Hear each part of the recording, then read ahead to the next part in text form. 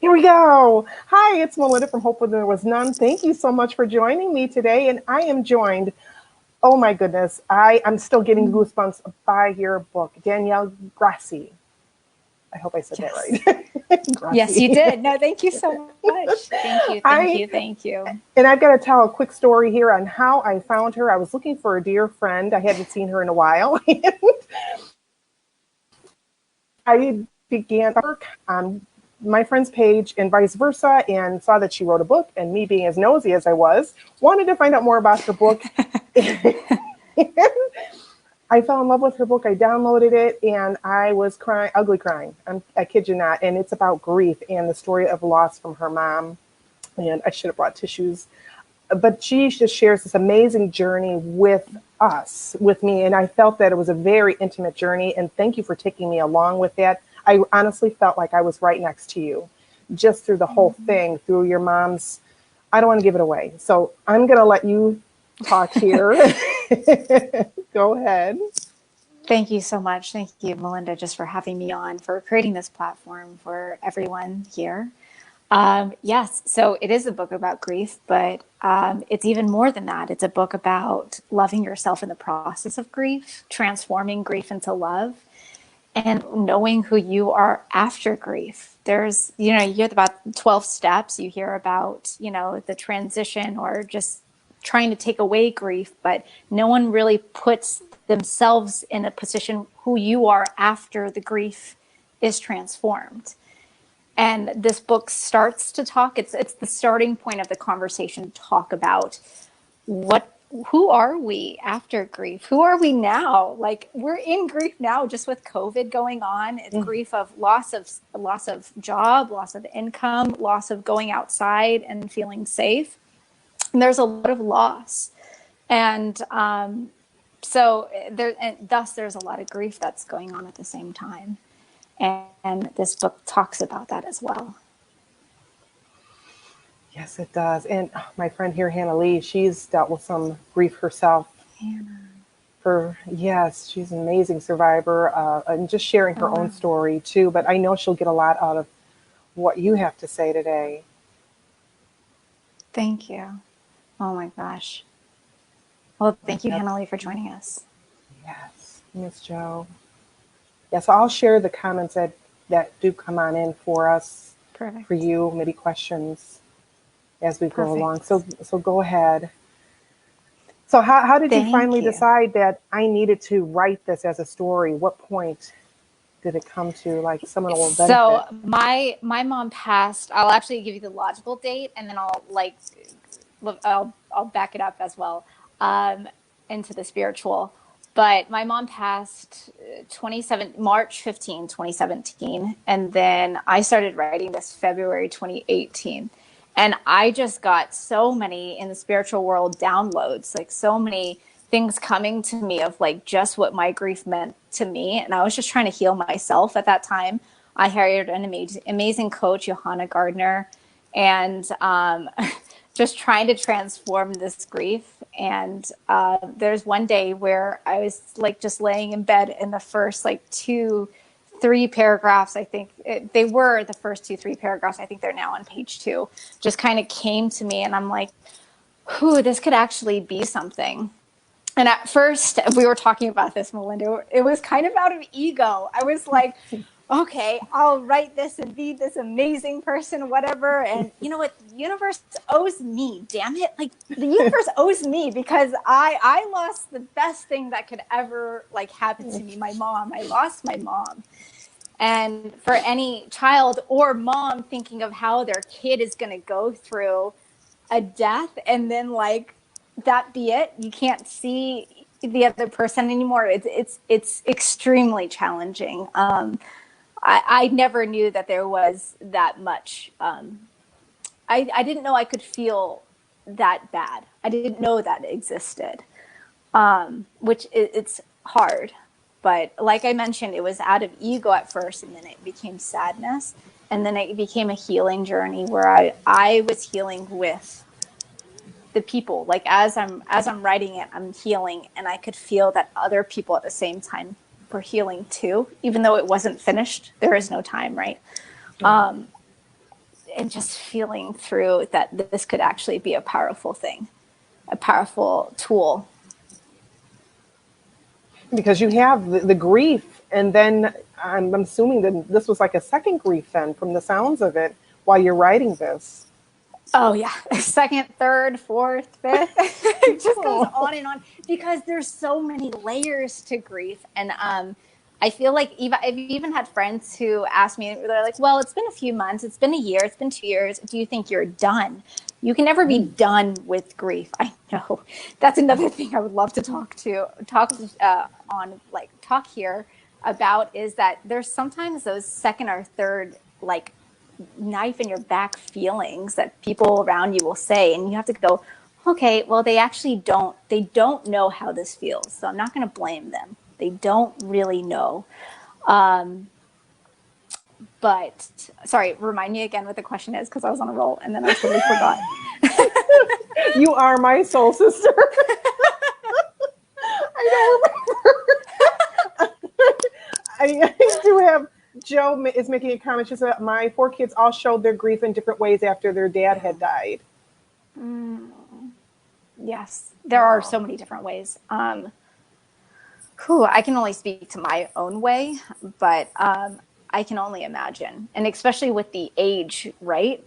That was Joe who commented, the age too of what stage the child is at while the grief is happening, and what milestones they're hitting.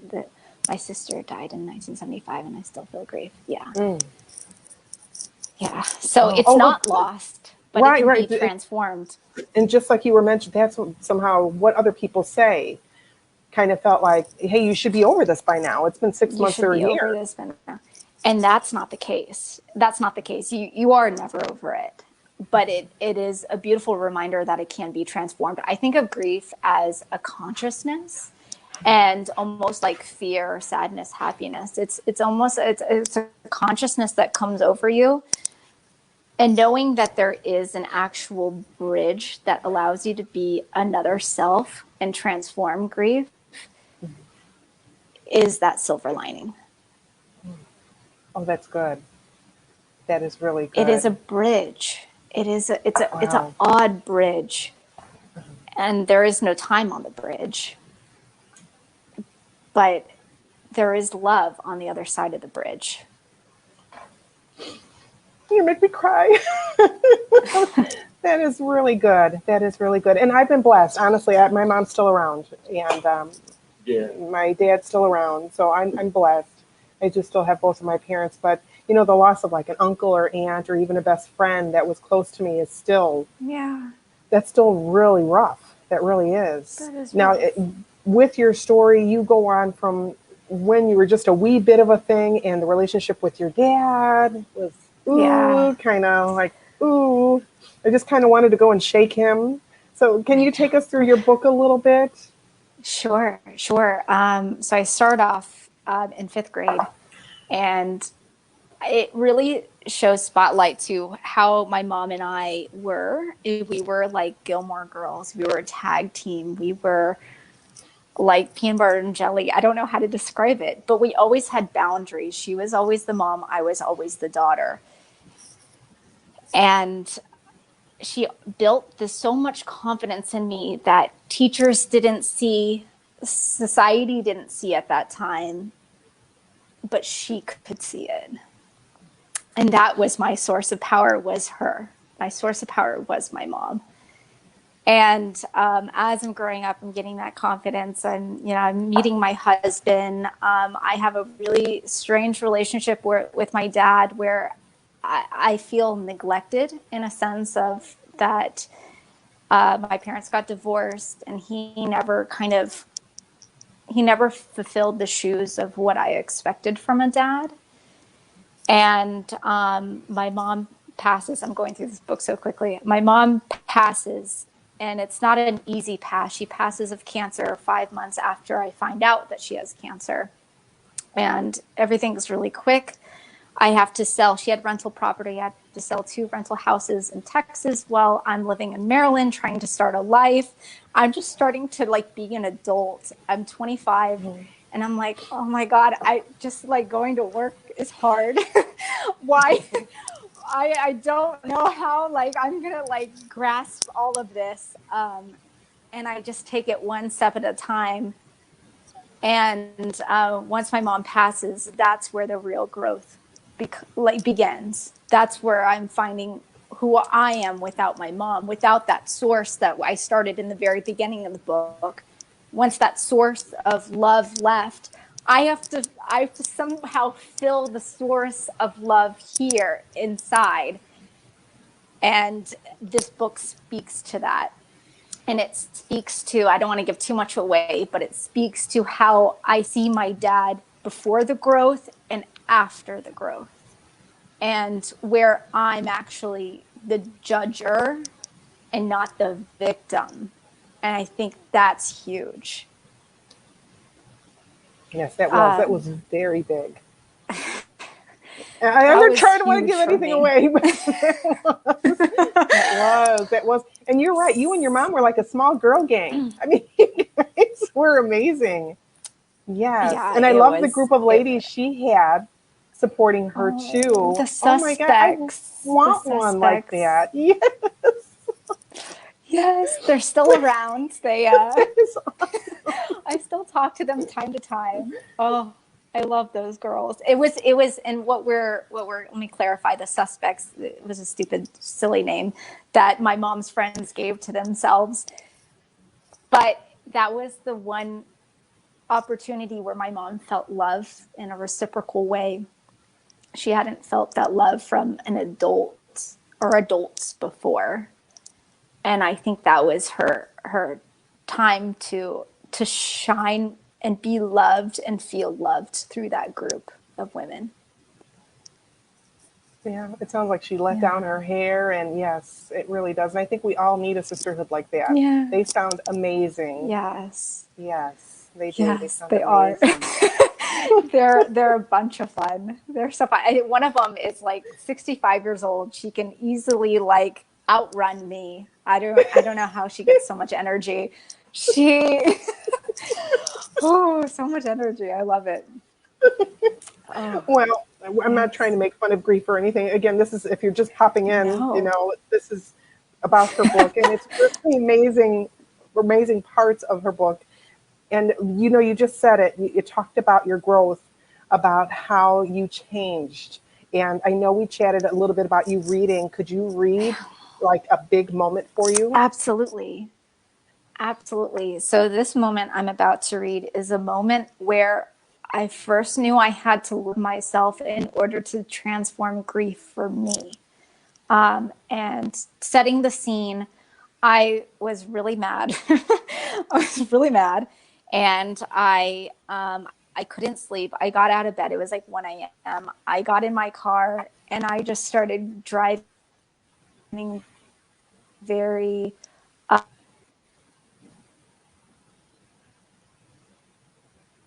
oh, I lost you. Are you Oh, there? there you are. Yeah, there you are. I Oh can no, I hear you can't now. hear you. Oh no. Well, No. just keep talking. We can hear you. Um, do you want me to keep going even though I can't hear you? Do you want me to just read? Okay. Okay. So I'm setting the scene where I get in my car, start driving, and I drive like a maniac. I'm so mad. I'm so filled with anger. I'm really upset that my mom not just died, but I felt that she left me. She left me in this world where I didn't have another Gilmore Girl type. She was my everything, and she left me. And this is a part where I knew how to love myself in order to transform my grief. The faster I drove, the more neutral and numb I felt, and it seemed to deflect my anger. I drove even faster until I saw a 16-point buck clear on my path. I swerved, leaving skid marks on the road, and I barely missed hitting the deer. I no longer felt anger, but stupid for being so reckless. I sat in my car facing the wrong side of the road and stared up at the sky without any emotion. I wasn't looking for anything in particular except for the vastness of what I found. The sky was clear and still. It was cold, but I found it refreshing. The question I had been asking myself re entered my mind as a thought that was given to me. How will I love myself? The question had a lonesome, bitter taste. My ego kicked in and quickly responded, I wouldn't need to love myself if my mom were alive and my dad did a better job at being a dad. How will I love myself? The question came ringing back again. I didn't know how to answer that. It's not something you're taught at school. You just do. What is love? What is the true basis of love? I had a mom who loved me for 25 years and a boyfriend whom I was hoping to marry in the near future, but I couldn't define what love was for me. Then it dawned on me. The way I love is through appreciation. I appreciated mom for being a great person, my confidant. I appreciated her for standing up for herself and knowing how to be so strong. She was so independent. She didn't need anyone or anything in order to be successful. I admired that. I appreciated Matt for his silliness, for being himself. He never drifted away from his own opinions in order to please others. He was 100% genuine. I appreciated myself for my willingness to go deeper in love for myself. I appreciated my own strength in helping mom through her transition. I didn't know what else to say. I felt like I was only scratching the surface to feel my own love for myself. It felt so silly that I had to practice this love to begin with. I was taught growing up that I am love and that I come from love. Why was it so difficult to feel love if I am love? Ooh, Thank you. I still that is can't hear you. I'm so powerful. sorry. I'm wondering if I just Oh no. I know. I'm so How about Can you now? hear me? I can hear you just I can fine. hear you, but am I Yeah, that's fine. okay If you have if to I take take those it off, off? that's fine. Can you hear me still? Okay, great, great. Yes, Oh, yes. yay. Yeah, you Thank came through you. just fine. You did. You came through just fine. So if somebody's out there right now and they're going through that grief stage, maybe just happened, or maybe it's a few years back, what words of advice can you give to them if they're struggling right now? They're struggling right now. Be Right. as patient as yourself. Allow the struggle Okay. to it. And don't run away from the struggle. Actually lean into the struggle. There are a lot of times that I was subconsciously running away from myself and from my struggle in order to be strong because society teaches you to be strong. Okay, I'm going to deflect that right now. But the feeling only wants to be seen, it only wants to be heard. And once it's heard, it actually, in a way, transforms. It might not disappear all the way. Sometimes it will take a little practice. But leaning into the grief as much as possible, it actually mends itself in a weird way. And you mentioned you had a Yeah. coach, and it sounds like she sounds like she was a fireball. It really does. Yeah. Yeah, Johanna Gardner, she's absolutely amazing. She led me to discover a lot of things about myself. And in particular, I remember one session that she she wanted me to see that I was just mad at my mom for dying, and I did not want to feel that. Again, I was deflecting the grief. Um, I didn't want to feel that I was mad at her because it's sad. Why would I want to be mad at someone who's already passed? And maybe this won't help everyone, but in my case, it really helped knowing that oh, my feelings are okay. My feelings are justified, and I was mad with her leaving. It's a big shock. And once I felt that anger, a little bit of my grief transformed. There's a lot of aspects of grief, and that was one of them for me. There's, oh my gosh, so many. There were some where I didn't feel confident, or I felt back where I was that fifth grader in Mrs. Voss's class being yelled at. And I still feel that on time to time again, like through even now. Um, And I have to really choose in every moment, every now moment, that I'm on my own path and I have the right not to be, I could be the loving, beautiful child, but I don't have to have the scars of that child. I have transformed so many times, and I can actually now be in where I don't have to watch others. I can be in that love and love for myself and have the power to say no and to say what I want now, even without my mom. Oh, that's powerful. Yeah.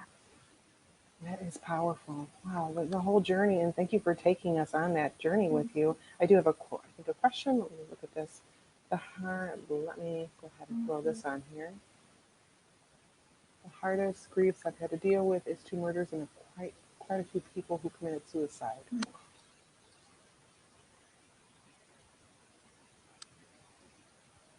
Oh, And I'm sorry, I Jen. actually I know someone who has an experience with not only grieving someone who's passed, but grieving a murder or grieving suicide. That's its own grief. So dividing those layers into uh, grieving someone passed and then grieving the murder, because there's a lot going on there, or grieving the suicide of the action of murder, action of suicide, versus grieving that person, counterpart it so it's easier to digest. Hmm. Oh, wow.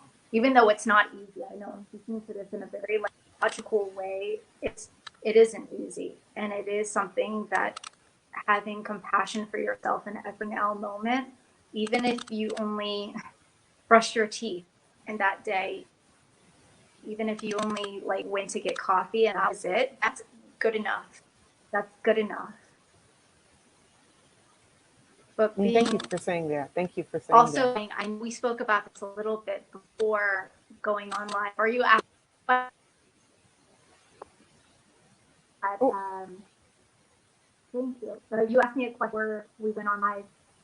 Um, that jogged the idea of they're still here with us. I deeply, deeply feel my mom is still here with us. And she can lead and help me better now that she's in this after world, because I now have the chance to stand up and be myself. I don't think I would be this version of me if she didn't pass. I don't think I would have allowed it. It was only from the darkness that I could see the light. It was only from the darkness that I could actually see.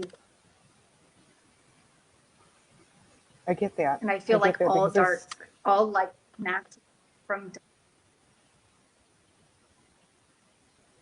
I'm sorry. Oh no, no, I get that. You blipped out just a little bit. No, I get that, and it's amazing how we can take those experiences that are really nasty and dark and so sad, and yet you have such a light about you, and now you're sharing that. You've come to share that with other people so they can experience the healing that is so needed, especially after something like this.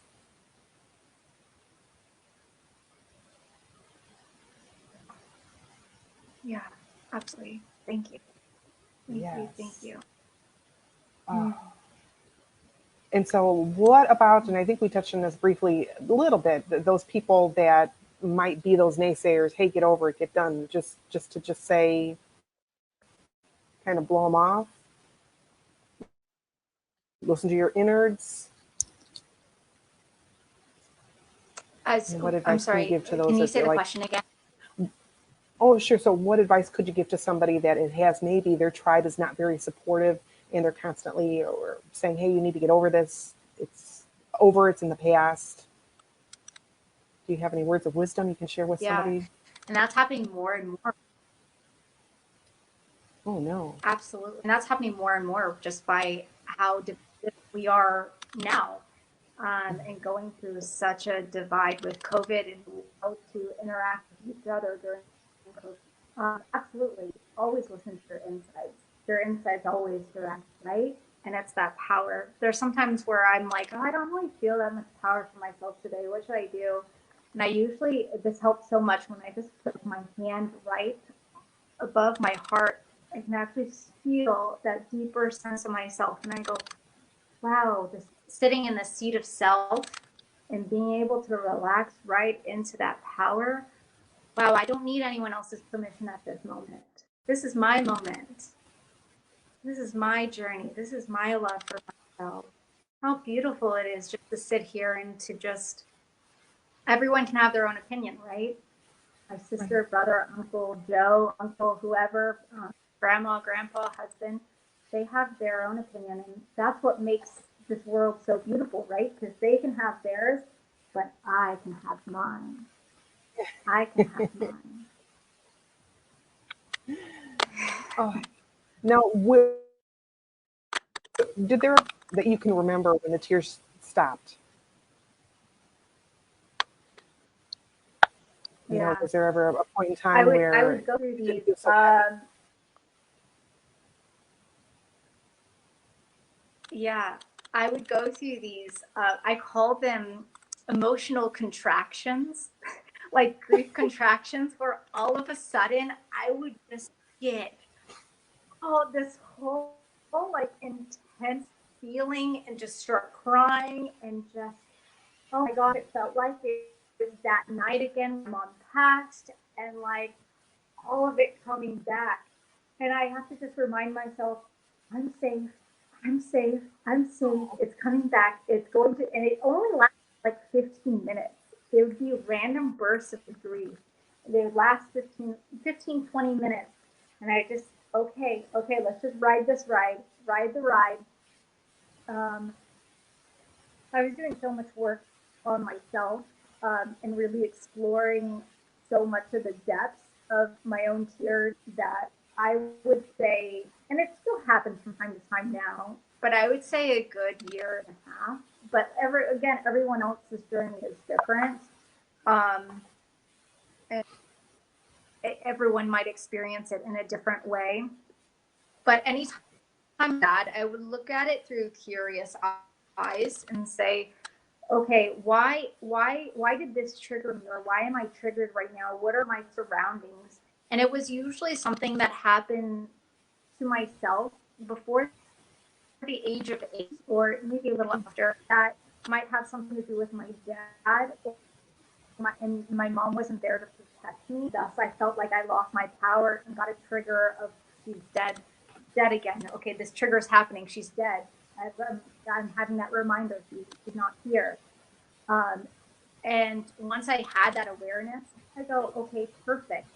We know, this is just this physicality that's coming up, and it's that smaller, younger version of me. And let's work through that version now. Let's, through our curiosity, let's let's dive even deeper, because we know that the spiritual connection is always there.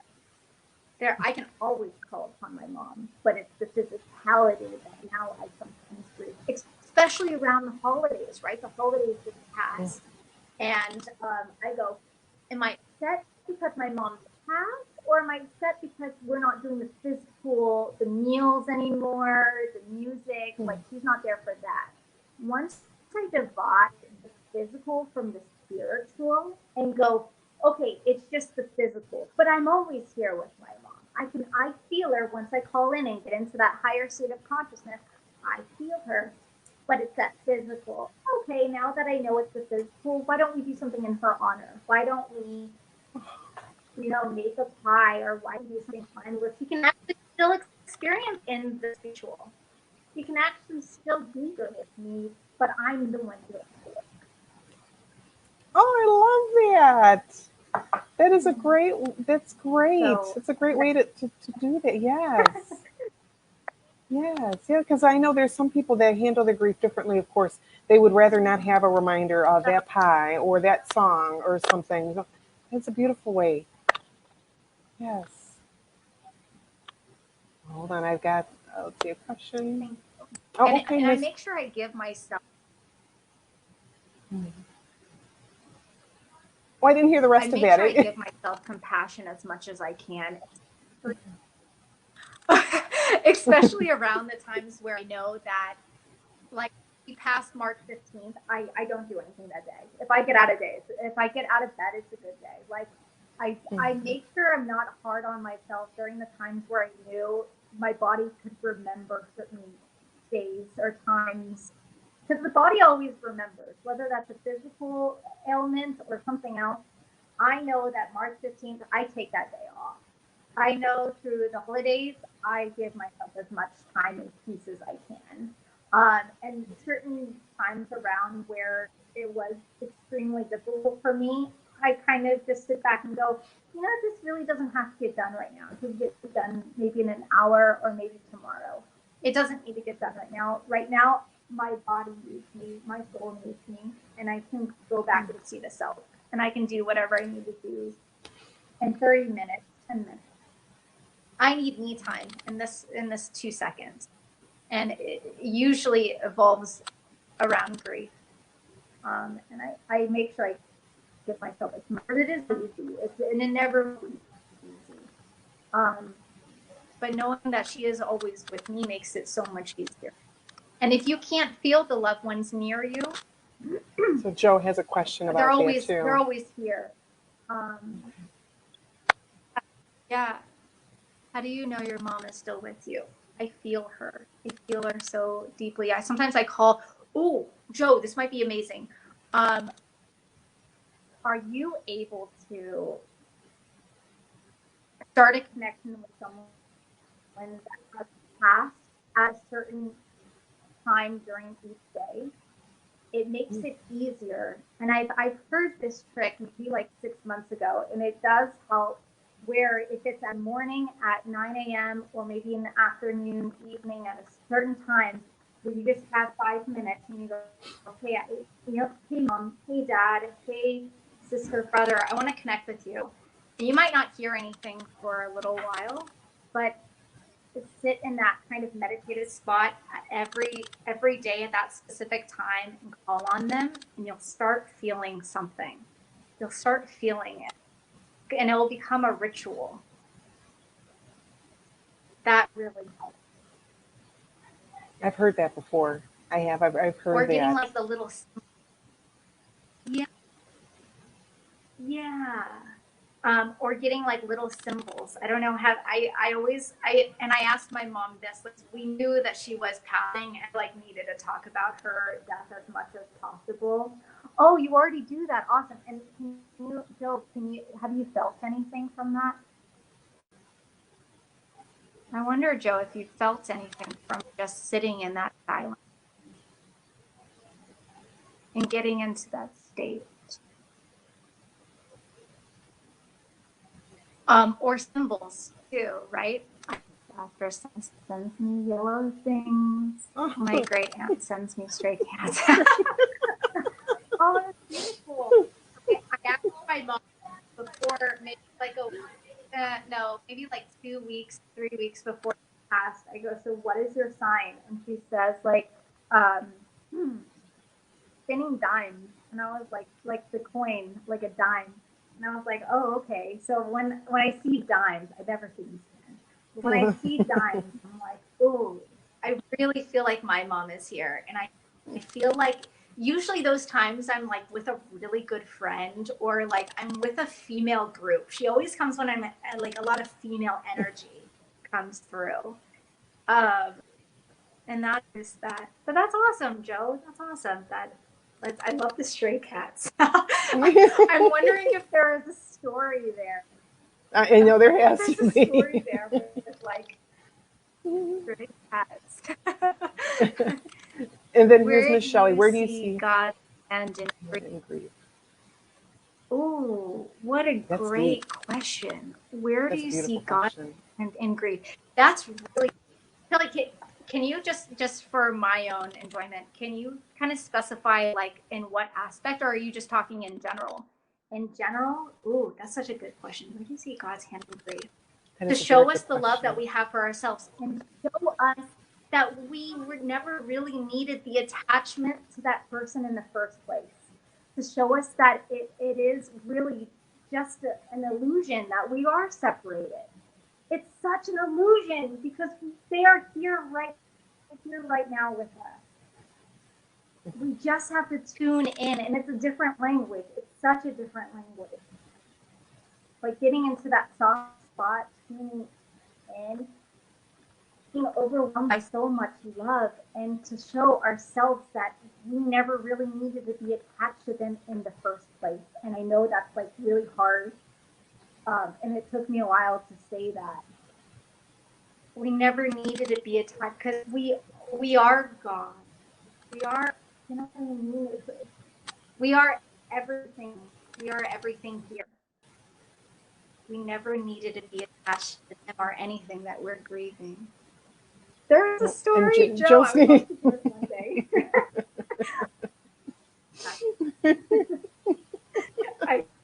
That's so cute.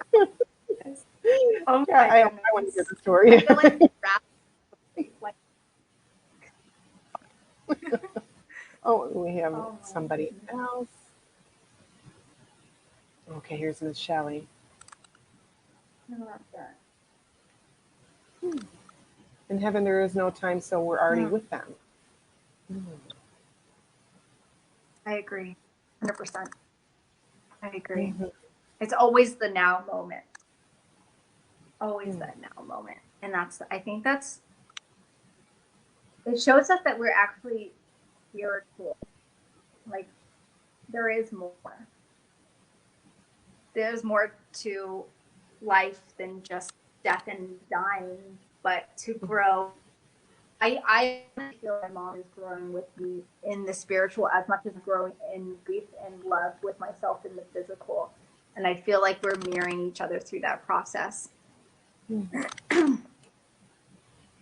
Oh, your mom sounds like she was amazing. She really does. Just reading, and I do love that you guys were like the Gilmores, and you had those boundaries. You know, I know that's lacking in some relationships that of people that I know, where they don't have those, and mom is just the best friend, and it's like no. So I love that. I really do. Wait, let's see. Oh, Miss Joe. I moved from Australia to America. I moved from Australia to America. I thought I could feel my great aunt here, but wanted proof. About a week later, Jim, hubby, complained about all the stray cats around the house. When I was a kid and visited the farm my aunt lived on, I would catch the barn kittens and tame them. She told people about it and made it sound like I was a lion tamer.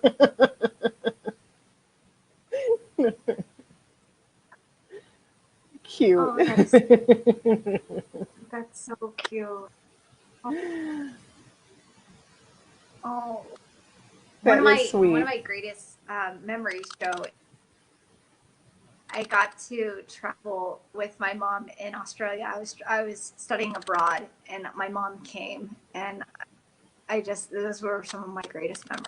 Australia is such a beautiful place. It's a beautiful place. And I love that you guys travel together the way you did. Thank you. That sounds like it would have been a lot of fun. That really does. Yes. Yeah, I'm a travel buddy. My mom was my travel buddy. It was so nice. Well, I'm going to wrap it up. I don't see any more questions coming on in. I really, wait, there's a second. Oh, Miss Joe. Oh, I've always wanted to go to Adelaide. I went to the tourist places, Sydney, Melbourne. Oh, I love Adelaide. Well, I've never been there, but I've met a few people from Adelaide who are just amazing. Oh, it's wonderful. Maybe someday. All right, we are going to wrap it up. Thank you all so much for tuning in. And of course, send this woman a friend request. She's amazing. She is such a beam of light. And if you want to know more, her website's down here, and you can find her on Instagram. And any more questions, again, if that's okay, if they direct them to you, if that's all right. I guess that's about it. Well, thank you all again for joining. Please. I would love that.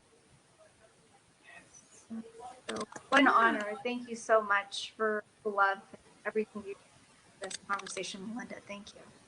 You are most welcome. You are most welcome. And thank you all again for tuning in. And we will talk to you later. Stay safe. Melinda, when it was done, tuning out. Bye.